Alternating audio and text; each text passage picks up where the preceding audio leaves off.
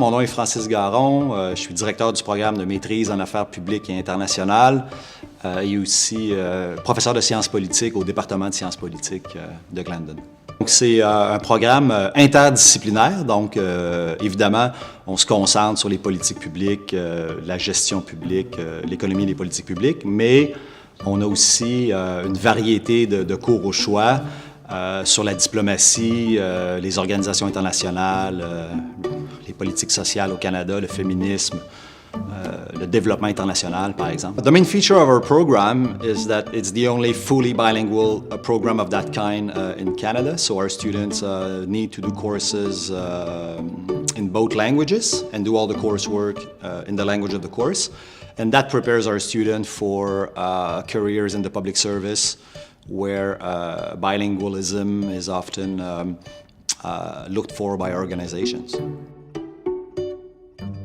So they have a mandatory internship after the first year. So they go in an organization, either in the OPS, so the Ontario Public Service, or the federal government.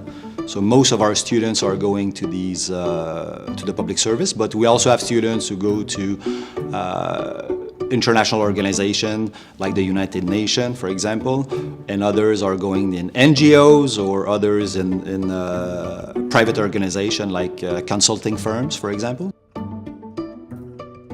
Most of our students end up in the public service. So we have students who now work at the United Nations, for example. We have former students also became journalists, and we have other students who decided to move on to politics. So they work as a political aide or in political offices. Those who are more interested in the advocacy work can go to NGOs. Hi, my name is Vanessa, and I'm a current student in the Master's of International and Public Affairs program, and I'm a graduate of the International Studies and Business Dual Degree program. The courses offered at Glendon were really concrete and compact, so it really connected everything between business and the international world in general.